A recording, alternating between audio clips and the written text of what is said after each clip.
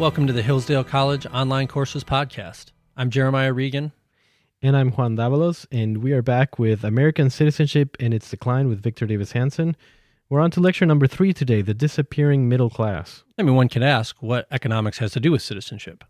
And that was my first thought, as in, when I think of citizenship, I think of it as in abstract terms, but when you start thinking about it in more concrete terms, then you think if there is no middle class, if there is no robust middle class in a society, then you're going to have just an upper class and a lower class, and that's going to lead you to either an oligarchy or a tyranny. And that's what you see in most, at least where I grew up with in South America, that's what it was.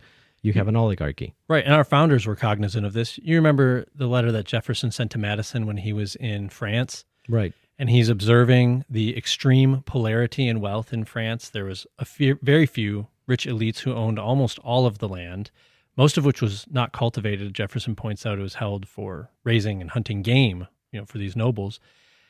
Few middle-class citizens who would work on the landed elites' property, and then a vast, struggling poor who had really to fight for survival.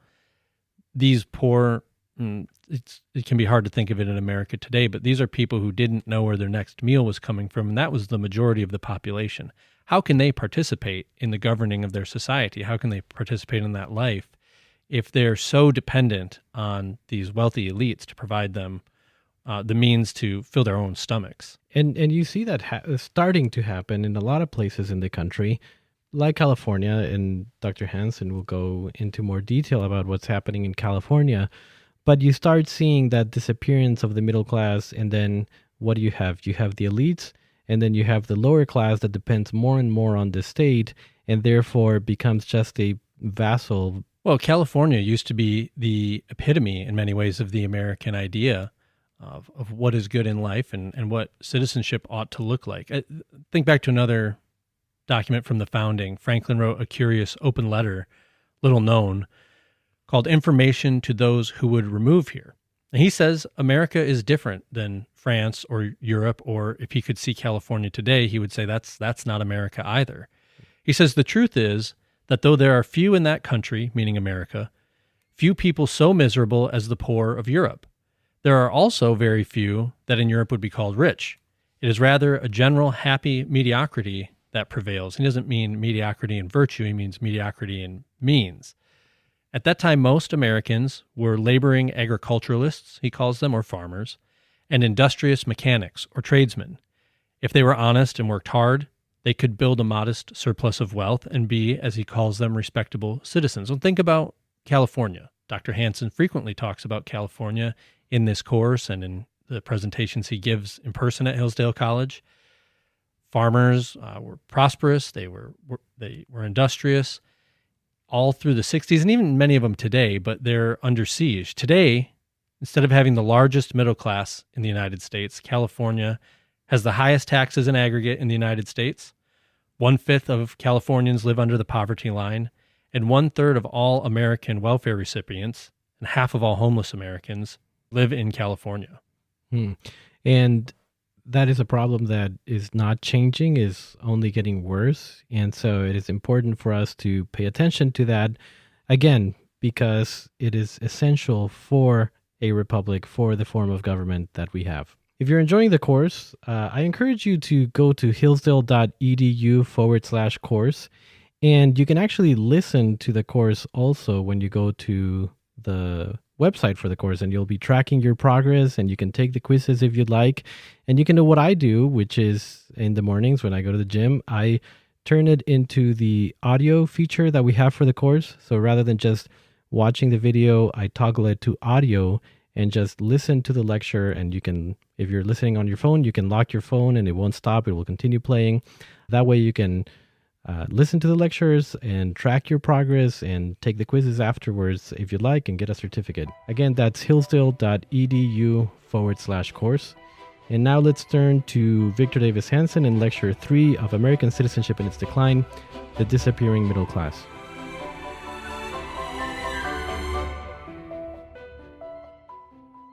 One of the essentials of citizenship is the presence or the creation and the preservation of a large middle class.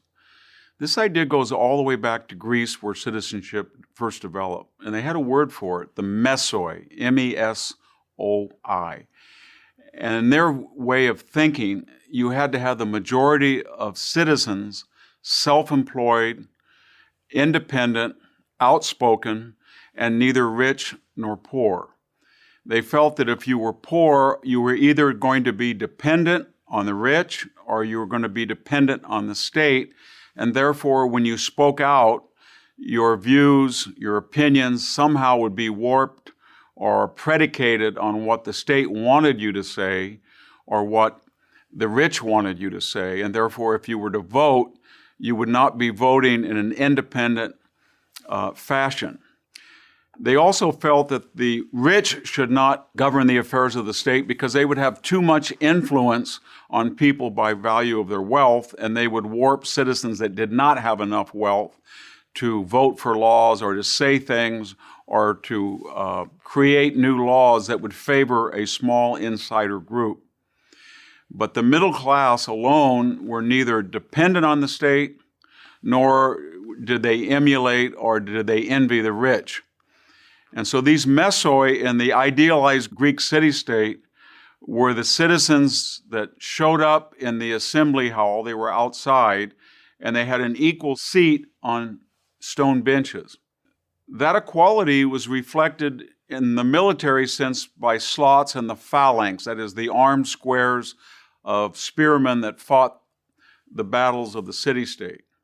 And finally, there was a third dimension of the middle class, and that was the agrarian grid outside the city-state. Most land was parceled, as it was during the Homestead Act in the United States, into 10-acre parcels. So think of it for a minute.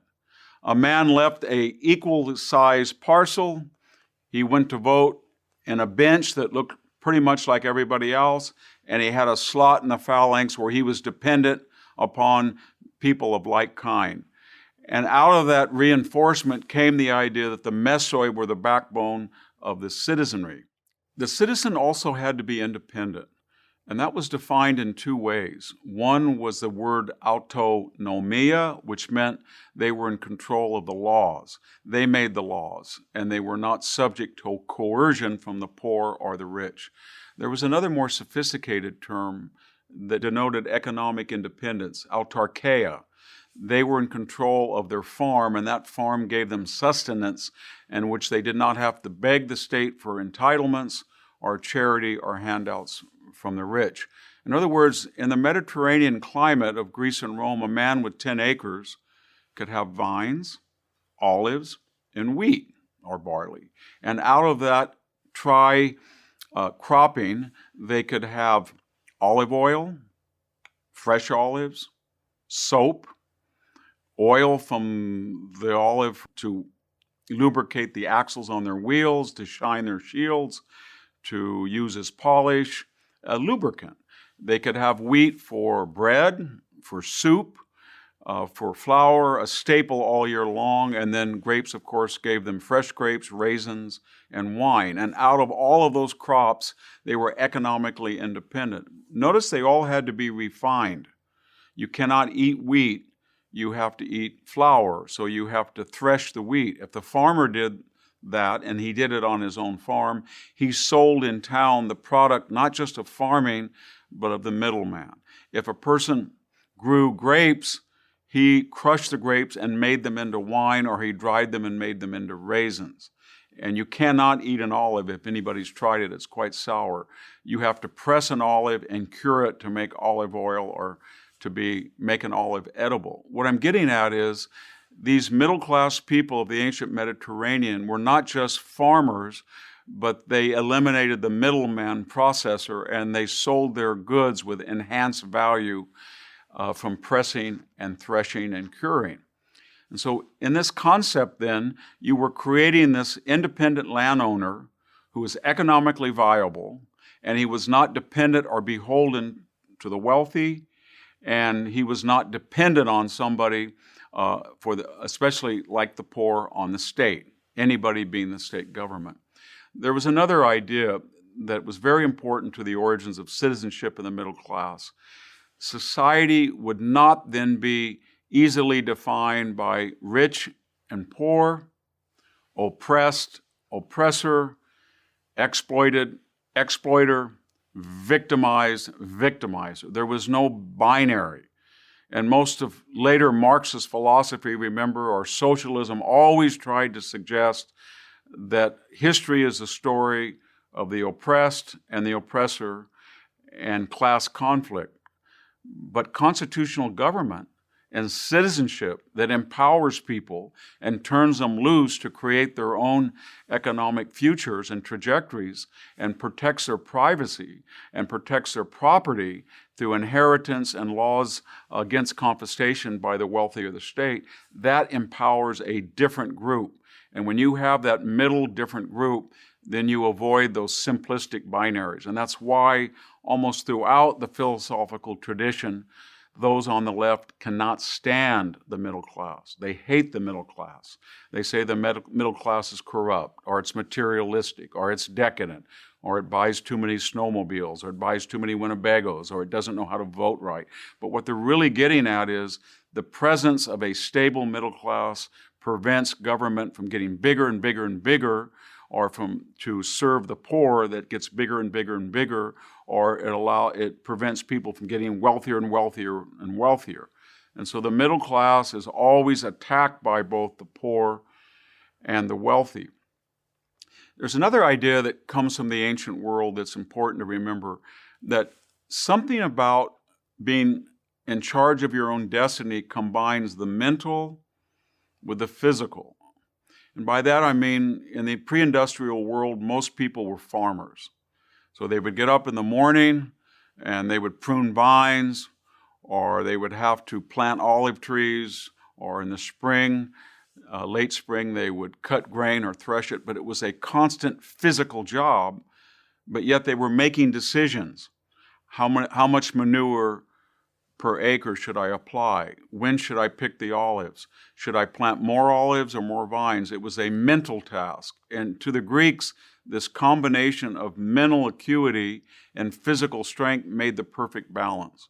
Now, we all can't be farmers today. Only 1% of the nation farms, but we have all of these tasks today. The independent trucker, think about it. He has to have endurance to get on that highway for 16, 17 hours, but yet he has to make the decisions. Which job shall I take?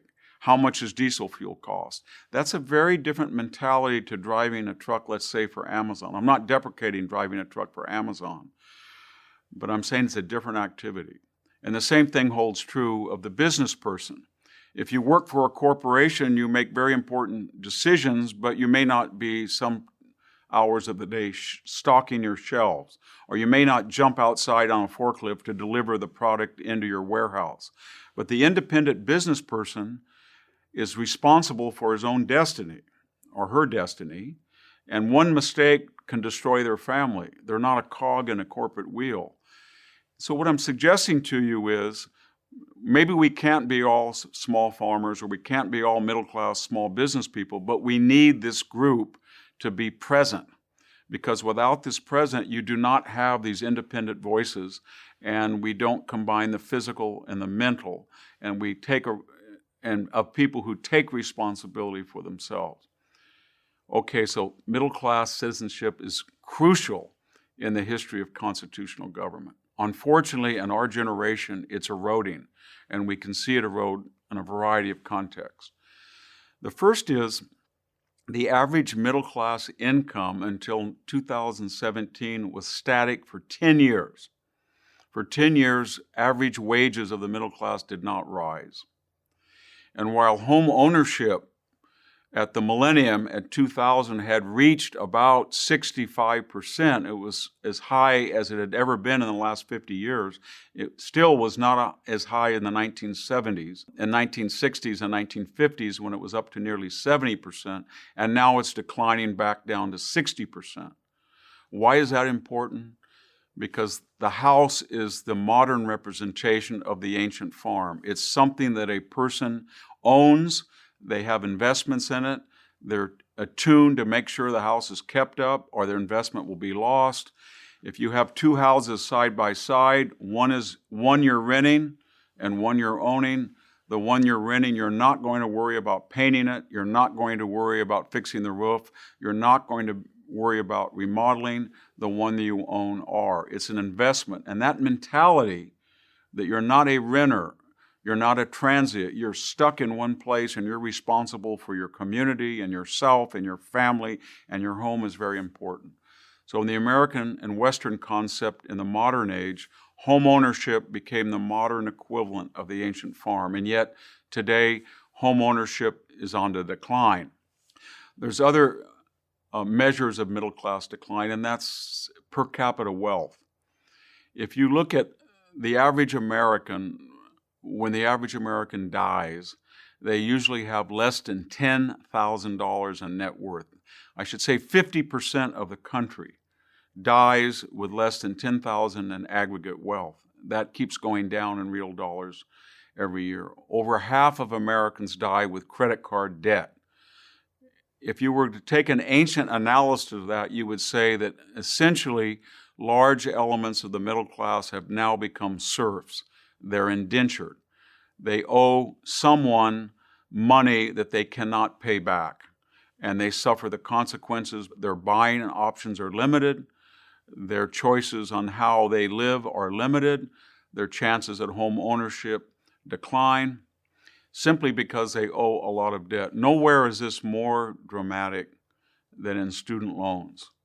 When the federal government, out of good intentions, came into the university and said, we're going to back loans from students so that they can pay your tuition, the whole concept of moral hazard was eroded. The university suddenly said, you mean we can charge tuition higher and higher and higher, and no matter how high we go, you will continue to back a student loan that'll get bigger and bigger and bigger? And the federal government essentially said yes. And so today we have $1.7 trillion in aggregate debt of middle-class children that go to campuses, and what do they find? They find a university that has a blank check to increase and increase board and room and tuition. And why? The teaching loads get smaller and smaller, the number of administrators get larger and larger, and the scope of the university changed. It becomes almost the place of the parent. Your gym may not just be a weight room, it may be a rock climbing wall. Your dorm may not be a dorm, it may be a luxurious apartment. You have a latte bar. You may not just have an administrator for the curriculum, you may have an administrator for equity, inclusion, and diversity. And so the modern university is adding cost and cost and cost onto the elemental challenge of education, and they delude the student into thinking the student is not paying for this because they're taking out a loan and the loan is guaranteed from the government. But when the student graduates, the average loan is somewhere between $30,000 and $40,000. And the interest rates are supposedly subsidized, but as interest rates fell for everybody else, student loans were set by the government, and private banks usually could charge anywhere from 4 to 6% when the actual market rate was about 2%. And what am I getting at? We have an entire generation of students that are graduating, often with therapeutic degrees, and are not able to find jobs that would allow them to pay off this enormous debt.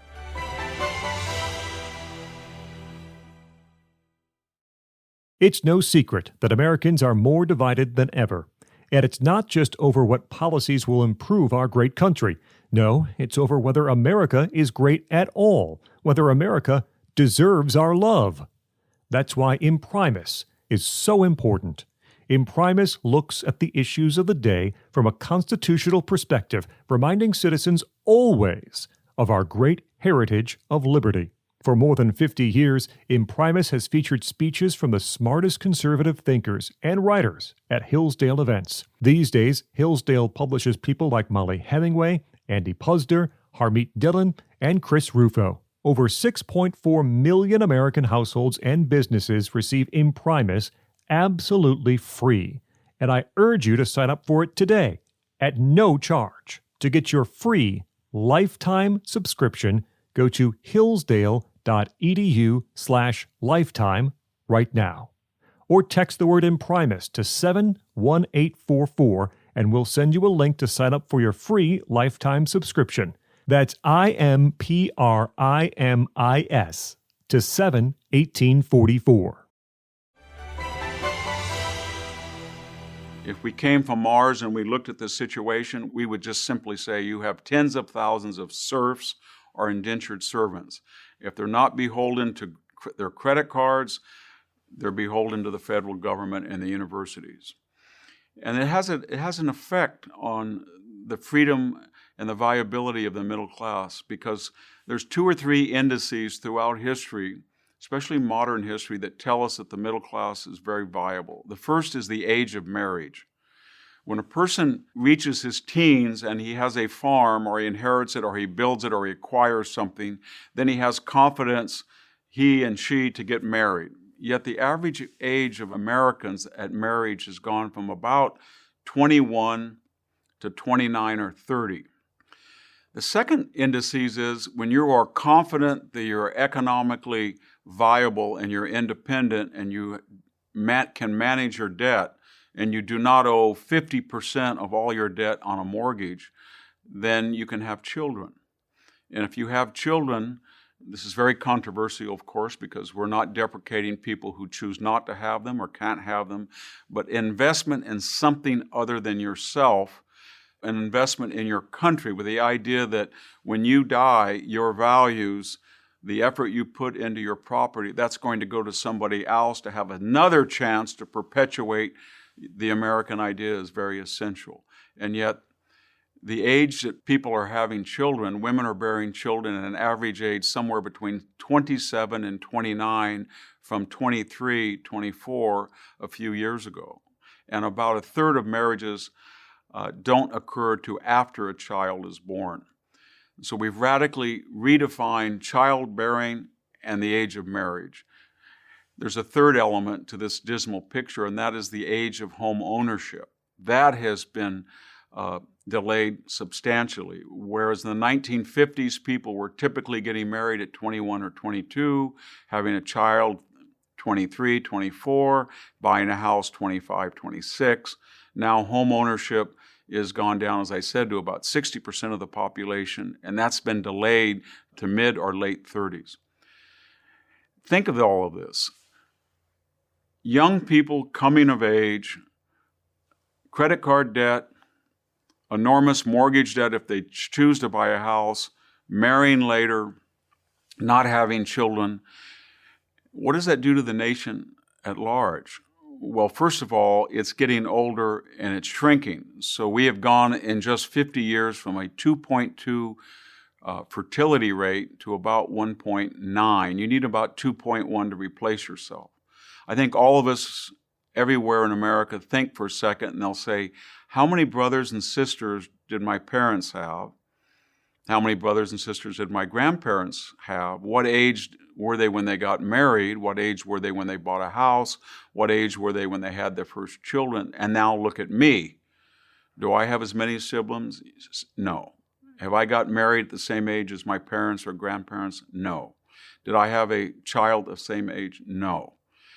It's again what Alexis de Tocqueville said is prolonged adolescence. And that is, a person comes out of their teenage years, but they have the same mentality that they're dependent and they're not going to grow up and leave the embryo of their family. In other words, in modern parlance, they're living in their basement till their 30s. And you can really see the government's reaction to this. The government today is not necessarily an advocate of citizenship. Reflect a minute on the Obama's administration's advertising campaigns to further the expansion of the federal government. They had a commercial called, we call it Pajama Boy, and they were trying to sell Obamacare or the Affordable Care Act. And in it, they picked a young man about 24, 23, and they put him in pajamas. The message is, I'm not at work. I may be a man, but I'm wearing child's pajamas. I don't drink coffee. I drink hot chocolate. I don't have to worry about things. I don't have to grow up. And when I worry about, if I were to worry about health care, it's given to me from the government. That was not an isolated case. They also ran another commercial, they being the Obama administration, called The Life of Julia. You may remember it. And it said, let us take us through the life of a young woman. When she's born, free natal care, and then Head Start, free preschooling, and then free counseling. As she goes through education, there's all of these free nutritional programs. There's all of these free legal programs. There's all of these free enhancement programs. When she reaches an age where she wants to go to college, the student loan program kicks in. And there's all of these scholarships guaranteed by the federal government. When she leaves, Julia decides that she wants to have a child. We don't use the word anymore, out of wedlock. She has a child, and guess what? The federal government comes in with nutritional aid and daycare aid and subsidizes Julia's decision to have one child without being married. The message of these two commercials were then, don't worry about prolonged adolescence. Don't worry about growing up and being an independent, self-supporting middle-class citizen that takes it upon himself to vote and make laws. Relax. Your economic needs, your cultural needs, your political needs, they'll all be taken care of by us, the federal government, and you'll have a wonderful life without any stress. Exactly the opposite message of what the Greeks told us was the key to citizenship. Greece and Rome developed the idea of citizenship predicated on someone who was neither poor nor rich. They said that this was essential because they lacked the pathologies of both, but they brought enhancements of independence both in the political and the economic spheres. And if you had a grouchy, outspoken citizen, and you had enough of them, then they would check the aggrandizement of power and they would make better decisions. And out of this tradition, they would create capital, they would use their imagination, they would be turned loose to create wealth and continuity within defined borders, and then they would be able to pass on that achievement to their children. Out of that independence, they would be able to marry early, they would be able to support a large number of children, they would be able to have their own farm or later their own trucking business or their 7-Eleven store, and then they would not be part of the classical Marxist binary. They were not oppressed, they didn't oppress people. They were suspicious of rich and poor, and they would vote in their own interest, but their interest would be that of someone and a nation at large that was confident, self-aware, economically not dependent on another nation any more than they were on another person. And that concept seems to be eroding. It's a very difficult idea to keep in perpetuity. It requires educated people. It requires people that understand there's nobody there to help them. It requires an acceptance there may be some inequality for greater liberty and freedom of action. It requires people to sometimes have to fight for their country as independent soldiers that are going to be drafted into the army. And these are the type of hoplites or Roman legionnaires or the yeomen of Renaissance England or American soldiers who are outspoken, they're independent, and they bring that same creativity, that same independence to war as they do in peace. It's the foundation, in other words, of the entire idea of Western citizenship. And the irony is that as we created more wealth and more leisure because of the very success of the middle-class citizen and his central role in Western government was forgotten. And today, in terms of the amount of money they owe and the numbers that they represent, they're starting to shrink. I'd like to finish our discussion of middle-class citizenship with a paradigm. I should say with an example that we better be very careful about, and that's California, where I live. California in the 1960s had the largest middle class in the United States. California had the finest educational system. California invented the idea of a modern freeway and a modern airport. California had a state where 2/3 of the people lived with 1/3 of the precipitation, and yet they built the greatest transference of water with reservoirs and aqueducts the world had ever seen. California had the most successful oil, timber, mineral industries in the world. They had some of the finest universities. And they had, again, this was the product of both Democratic governors and Republican governors called the middle class. However, today when we look at California, it's got the highest number of homeless people in the United States. Half of all of America's homeless live in California. 1/3 of all the welfare recipients in the United States live in California. 1/5 of all Californians live below the poverty line. California yet has the highest taxes in the country in the aggregate. The highest property taxes because of the enormous assessed evaluations. Maybe not highest of any given state, but highest in the sense of their contribution to the highest aggregate. Highest sales tax at over 10 to 11%. Highest income tax at up to 13.2%. And the result of all of that is the middle class finds itself unable to pay and be competitive with other businesses in other states. In other words, they look at all of these higher taxes and they say to themselves, I'm willing to pay it if I'm economically viable, but the regulations that the state creates fall heavily on the small farmer, the hardware store owner, the tire owner, but not necessarily on the Silicon Valley Corporation that has an array of lawyers or legal teams or analysts or economists that find ways not to pay it.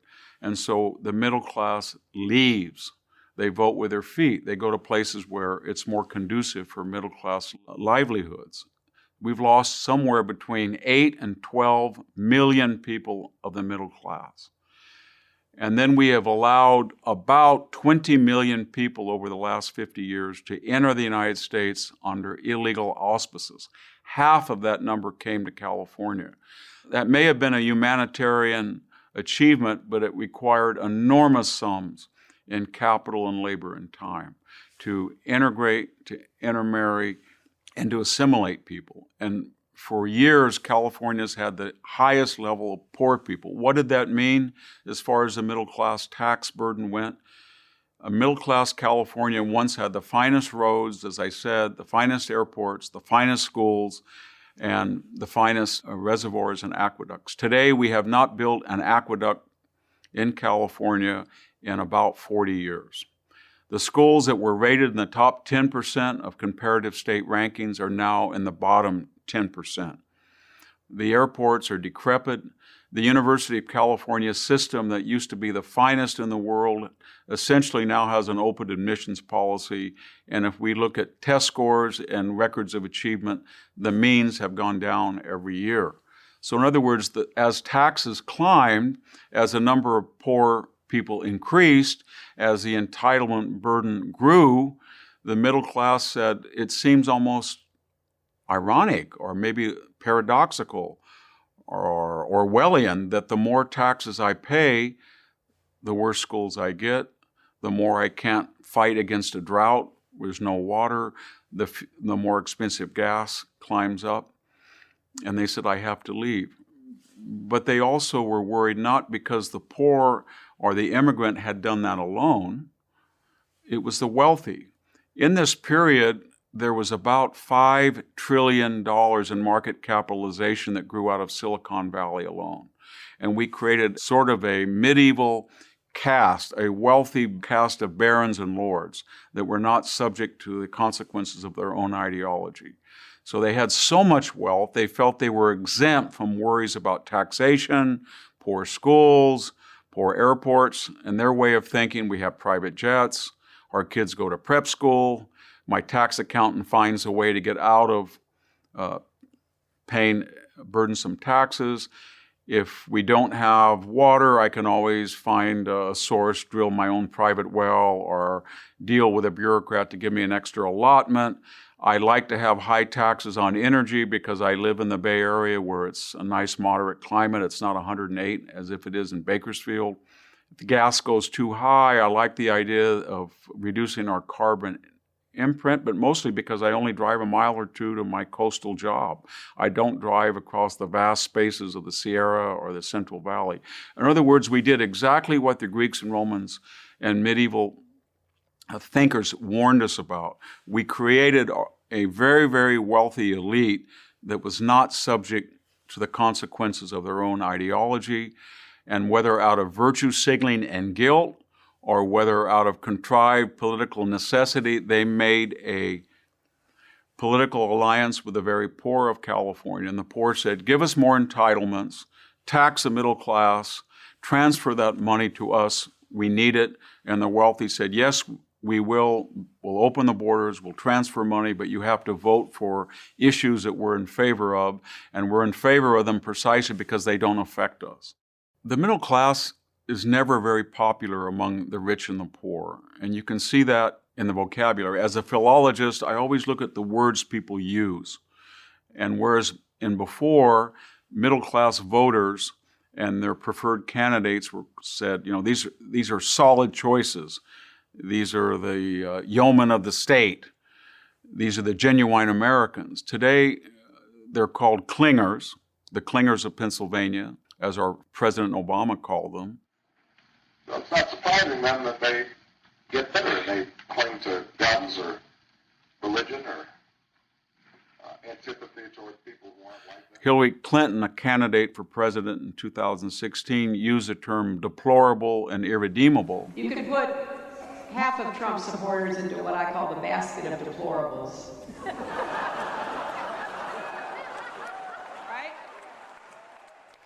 Joe Biden used the term chumps and dregs of society. There are a small percentage of the American people, virulent people, some of them the dregs of society. And instead of using the full might of the executive branch. And the idea was that, and we're going to see this later on, that as globalization took hold and muscular labor was no longer essential to the American experiment. In other words, you could have things made overseas in China or Southeast Asia or Mexico, and the great middle-class territory of the Middle West of the United States, Michigan, Ohio, Illinois, Indiana, started to become hollowed out. We confused cause and effect. We said, well, people of the middle class are on drugs, or they're committing suicide, or they're dysfunctional, or they're not worth saving. And we created this vocabulary of disparagement. If they really had any gumption, they'd go to the oil fields, or they'd learn coding. Who needs to assemble? Who needs to manufacture? Who needs to use their arms? And we wrote off an entire section of America, which was the middle class. The erosion of the middle class is something that the ancient philosophers, and indeed our own founding fathers, warned about. The erosion of the middle class leads to a society of two classes, wealthy and poor, oppressed and oppressor, a binary that's very unstable. And the best word I could use to term it would be medieval. And so we've ended up in our own society doing exactly what we thought would never happen in America. We've taken the middle class, the backbone of citizenship, and we've eroded it and destroyed it. In the next session, we're going to look at another challenge of citizenship, that of insecure borders, or even borders that no longer exist. Every nation that's constitutional and consensual, that is based on the concept of free, independent citizens, has to have a secure place where their traditions, their customs, and their laws can be honored and respected and expanded. An idea that will not work if you have a fluid group of people coming in and out and cast within your nation of which you don't know who is a citizen, who is not, who is a legal resident, who is not, who is indentured, who is not.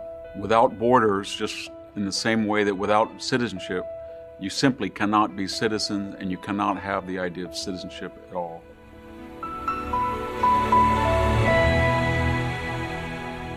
Thank you for listening to this episode of the Hillsdale Online Courses podcast. If you want to continue learning about the virtue of citizenship or other topics, please visit hillsdale.edu/course. There you will find over 40 free online courses, including Constitution 101, The Real American Founding, American Citizenship and Its Decline, and many more. The courses include additional readings, study guides, fully produced videos, and you can chat with your fellow students on a dedicated forum. Upon completing a course, you will also get a certificate. All our courses are free because we believe that a virtuous citizen is the best defense for liberty. So pursue the education necessary for freedom and happiness at hillsdale.edu/course today. That's hillsdale.edu/course. Thanks for listening.